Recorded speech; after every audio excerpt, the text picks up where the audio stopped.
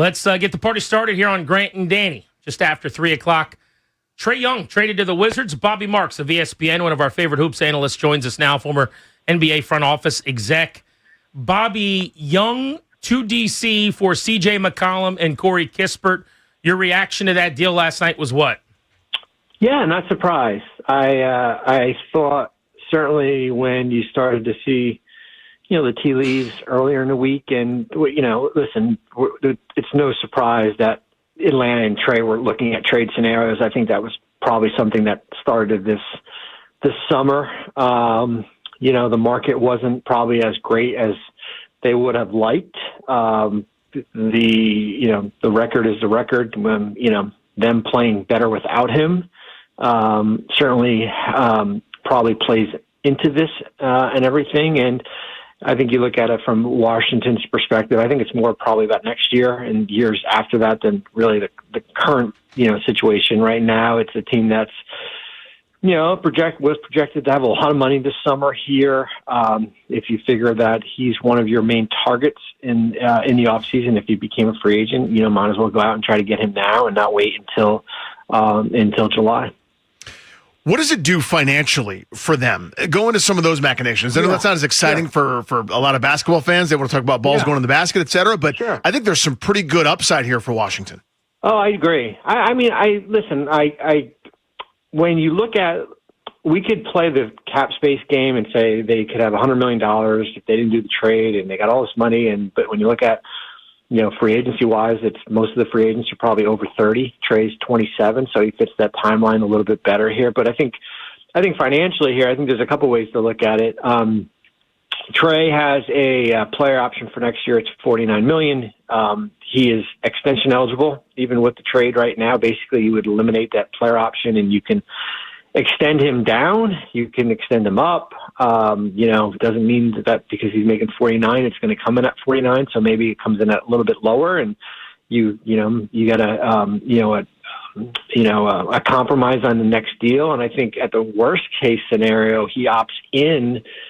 You're still probably looking at $40 to $50 million in cap space, and that includes your draft picks counting. So you still have a ton of flexibility. You still have most of these guys, on first round rookie contracts here. Nobody's up yet for an extension. I think the big question will be what happens with Chris at the deadline, who's was the second player on one of these big expiring contracts as far as what they go out and do with him here. But yeah, you took an expiring CJ and turned him into a player that was under contract here, so it puts a little bit of a dent. But as I said, you're going to go out and spend that money anyway. And if Trey figures to be part of what you're trying to do, then it makes all the sense. It sounds like, Bobby, you think there's a chance that he doesn't opt in for the $49 million next year. That was out there, yeah.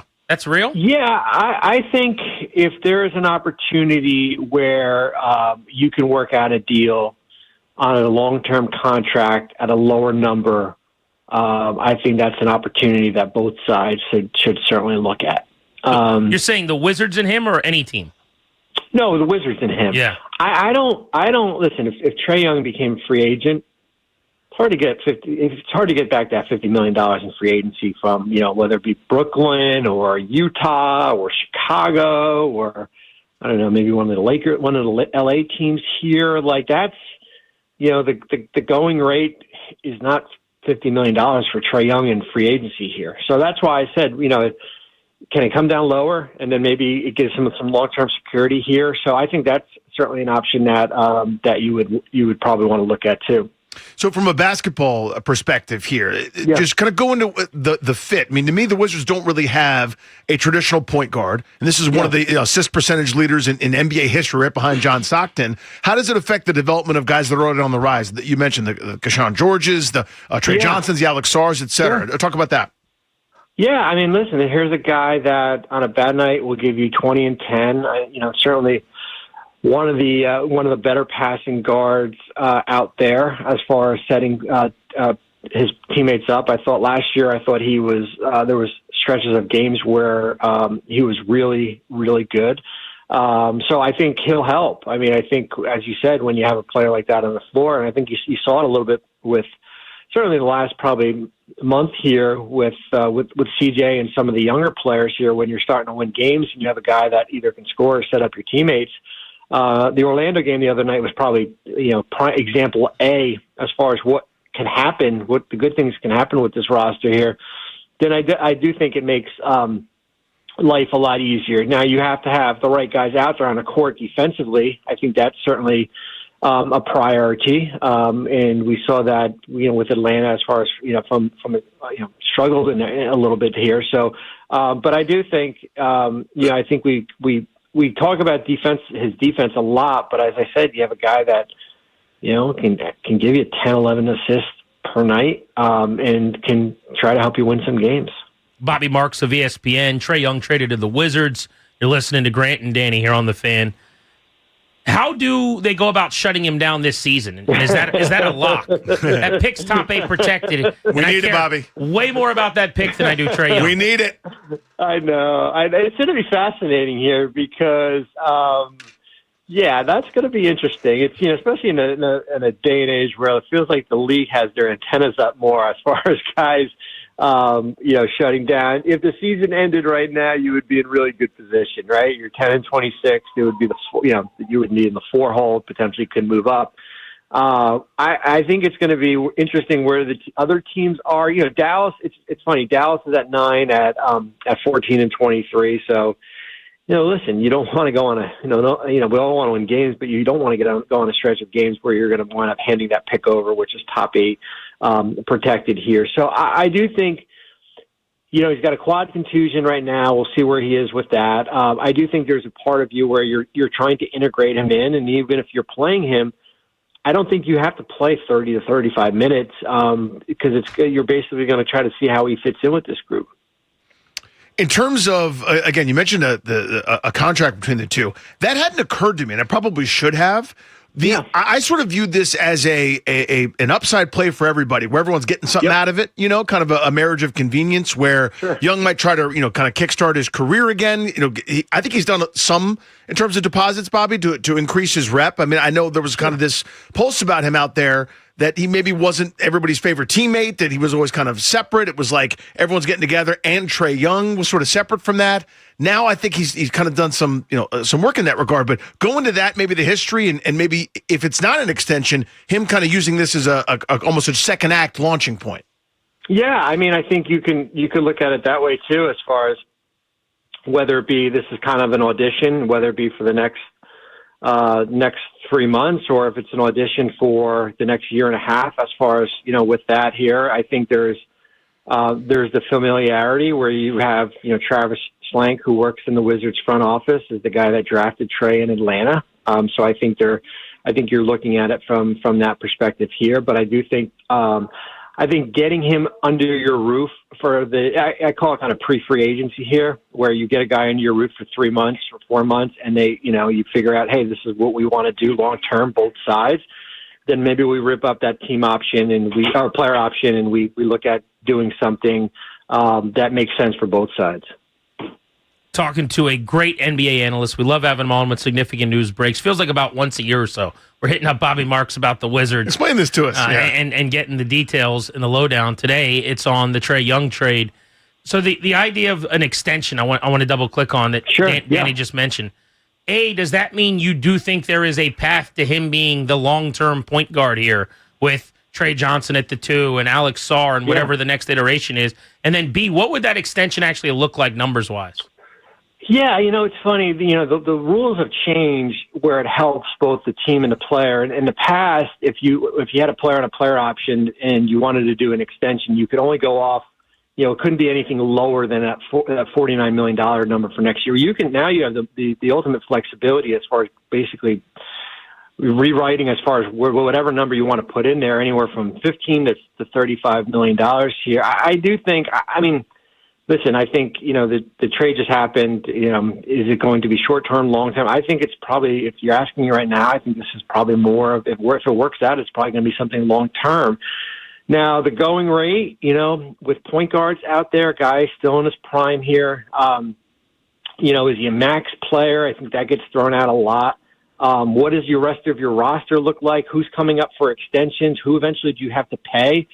think that's the beauty of, that you have a lot of, as I said, a lot of guys on rookie contracts here. You got Corey's number just came off your books here. So is there a number that's, is it 40 in that range? And I think, a lot of it now is what's the percentage of the salary cap. As the salary cap goes, guys, like a $50 million guy is like a $30 million guy, like 10 years ago here. So I think that all has to be come into consideration here. And I don't think anybody's probably ready to jump in and get something done right away. But I do think that's a viable option for both sides to figure out. Bobby, there was a time, it's not that long ago, as you mentioned, he's 27, where Trey Young was, lethal offensively. Unbelievable pick-and-roll player, among the best penetrators in the league, whether it was to score himself with that floater or creating for teammates, the rim runner. Like, you could just envision the Clint Capella 2.0 just getting dunk after dunk, not being able to check him. Is he the same guy? I feel like he's maybe a step slower, still good, but maybe not that lethal superstar on offense anymore. Do you think? Yeah, I think, listen, there was a time, we can go all the way back to, that New York series when, he put basically the fear of God in Madison Square Garden, right? As far as what he was able to do, and here's a guy that's, averaged 25 points in the playoffs, almost 30 games. Is he the same player that he was, 3 or 4 years ago? Probably not. And I think that happens with everyone, but I still think, his numbers are a little bit down. He's shooting 31% from three this year. Can he get himself back up to that 37 number? But I do think he's still a really, really good player in this league. I think who else is around him is important. I think it's a little bit unfair saying, well, he's the reason why Atlanta's defense suffered, because I've watched some of these Hawks games when he hasn't played, and they've given up 134 and 135 points without him on the floor.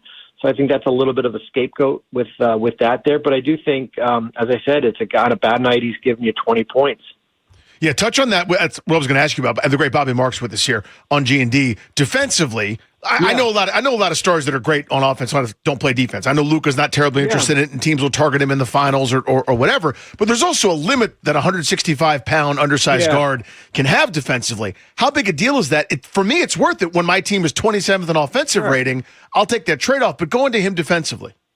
Yeah, that's the big thing. He's a smaller guard. That's the reality of it here. And I think we're in probably a little bit of a different generation here with I'm not saying every team has a 6'7", 6'8" Luka Doncic size, guard that Trey's going to cover here. But I said, that's probably the one thing I would be a little concerned now. But I do, as I said, I think if you have, who's on your roster, whether it be Bilal or Trey, guys that maybe can guard a little bit bigger guards here, I think that will help him a lot. Bobby Marks, ESPN, the Wizards have traded for Trey Young.